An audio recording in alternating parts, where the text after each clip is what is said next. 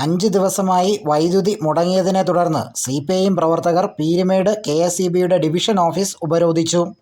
കഴിഞ്ഞ 5 ദിവസക്കാലമായി പീരുമേട് പാമ്പനാർ പ്രദേശത്ത് വൈദ്യുതി വിതരണം നിലച്ചതിനെതിരെയും പീരുമേട് ഡിവിഷൻ എക്സിക്യൂട്ടീവ് എഞ്ചിനീയറുടെ അനാസ്ഥയ്ക്കെതിരെയും സിപിഐഎം പ്രവർത്തകർ പീരുമേട് കെഎസ്ഇബിയുടെ ഡിവിഷൻ ഓഫീസ് ഉപരോധിച്ചു.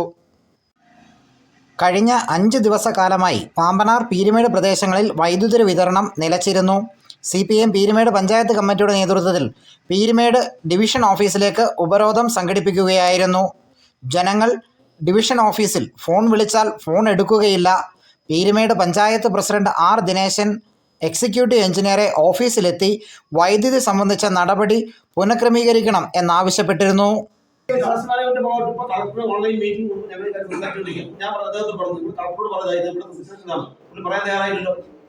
ഇതുവരെ മുകളിലേക്ക് റിപ്പോർട്ട് ചെയ്യാൻ പുള്ളി ചെയ്തിട്ടില്ല.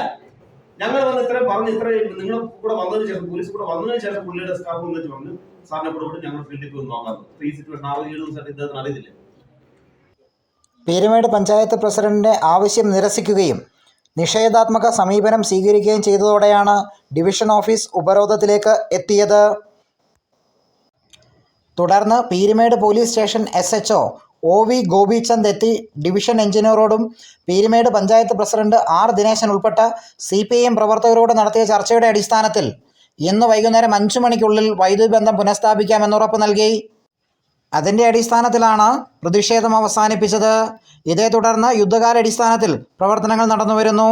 News bureau, Peermade.